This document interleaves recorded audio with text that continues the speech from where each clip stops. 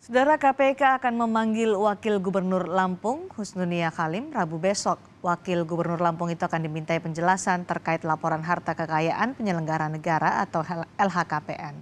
Kepala Bagian Pemberitaan KPK Ali Firki mengimbau supaya Husnunia tidak mangkir saat pemanggilan klarifikasi itu. Sebab pemanggilan ini hanya untuk menjelaskan laporan LHKPN-nya sebesar 13,66 miliar rupiah. Besok hari Rabu tanggal 17 Mei ya, KPK akan mengklarifikasi LHKPN Wakil Gubernur Lampung, gitu ya.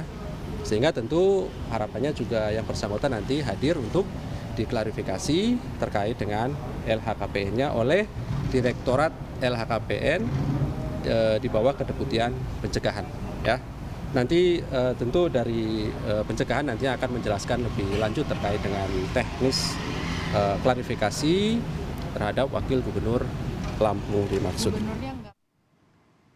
Merujuk LHKPN Husnunia yang memiliki kekayaan hingga 13,66 miliar rupiah.